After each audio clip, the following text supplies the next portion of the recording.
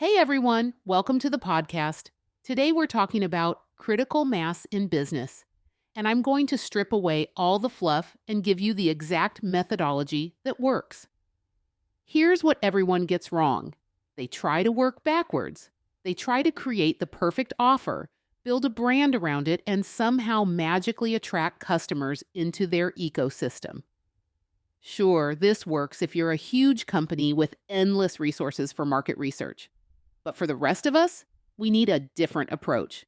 Let's talk about data for a minute. When you're small, you have to balance both qualitative and quantitative data.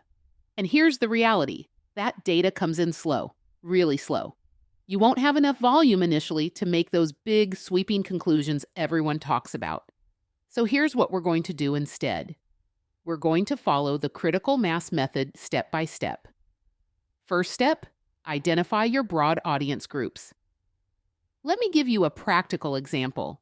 Let's say you're into history. Your two main groups might be formal students, people with academic background, and informal students, hobbyists and enthusiasts. Second step, create what I call tripwire topics. These are overarching themes that interest both groups. But here's the key. Pick these based on your personal preferences. Not what you think will sell, not what you think people want, what you actually care about. For our history example, maybe it's leaders in history and civilians in history. Simple as that. Not too hard, right? Third step, start engaging in existing communities. Find Discord groups, forums, or anywhere your topics are being discussed. But don't go in trying to sell.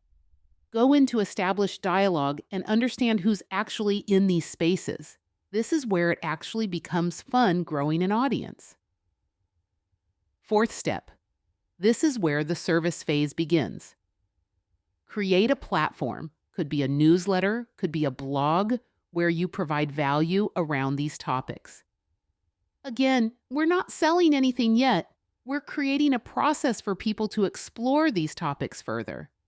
Don't overthink this. You'll never really know what sticks unless you stay consistent on putting stuff out. Fifth step, let your community grow naturally. Focus on engagement quality, not numbers. Have people submit work, participate in discussions, get feedback. Now, here's where it gets interesting, the survey phase. Everyone loves this phase the most. Here's the exact template that works. Hey, name. I noticed you're on my list about a topic. Quick favor. I'm thinking about creating more content. How do you use your knowledge? Is it simply a hobby? Are there other ways this shows up in your life? That's it. Simple, open-ended, no leading questions. Once you get enough responses, you've hit critical mass. Now you have 3 paths.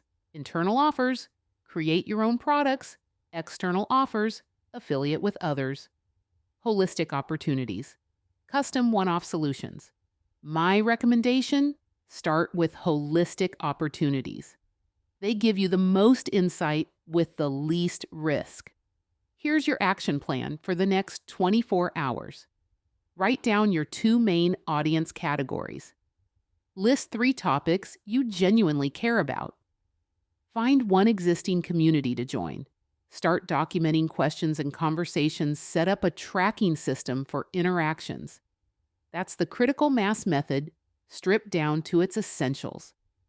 No fluff, no stories, just the methodology that works.